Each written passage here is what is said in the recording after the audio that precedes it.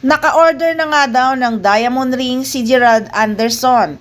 Ito ang bungad ni Nanay Christopher Min sa Showbiz Now na vlog kasama sina Romel Chica at Wendell Alvarez nitong Webes ng gabi, October 2. Magandang balita para sa Julia Barreto at Gerald Anderson fans dahil nagkabalikan ng araw ang dalawa. Say nga ni Christopher Min, sabi ko na nga ba, kapag tunay ang pagmamahalan, anuman ang mangyari, harangan man ang sibat, mananatiling tapat. Kwento pa nga ni Nay Christopher Min, alam niyo po mga kachika, ito po ay nais naming unang itawid sa inyo sa mga tagahanga po ni na Gerald Anderson at Julia Barreto, napakagandang balita po ito. Alam po natin ang naganap, 4 na buwan na ang nakaraan. Nagkahiwalay sila, hindi nagkikita, hindi nag-uusap at ang balita, ayaw na ni Julia dahil may natuklasan siya kay Gerald, di ba?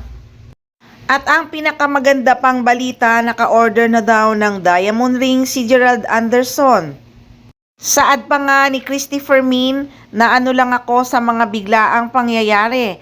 Nanlalamig ang kamay ko kasi ang akala ko talaga ay tuluyan na silang nagkahiwalay dahil si Julia mismo ang nagsabing ayaw na nga niya.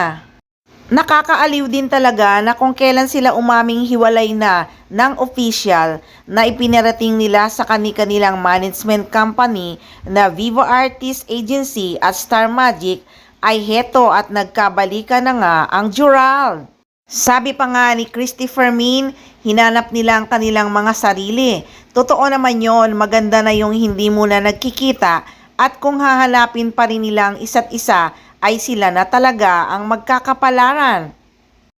Ngayon ito ay napakagandang balita dahil ilang years nga naman sila, 6 na taon at wag sayangin. Kaya nakakatuwa yon, malalaman po natin ang mga detalye sa darating na araw at kailangan munang magsalita ni na Gerald at Julia kung gaano katotoo ang kwentong ito. At inaabangan na lang ngayon ng lahat kung kailan magpo-propose si Gerald at ang wedding date na for sure next year. Dahil naka-order ng araw ng diamond ring ang aktor.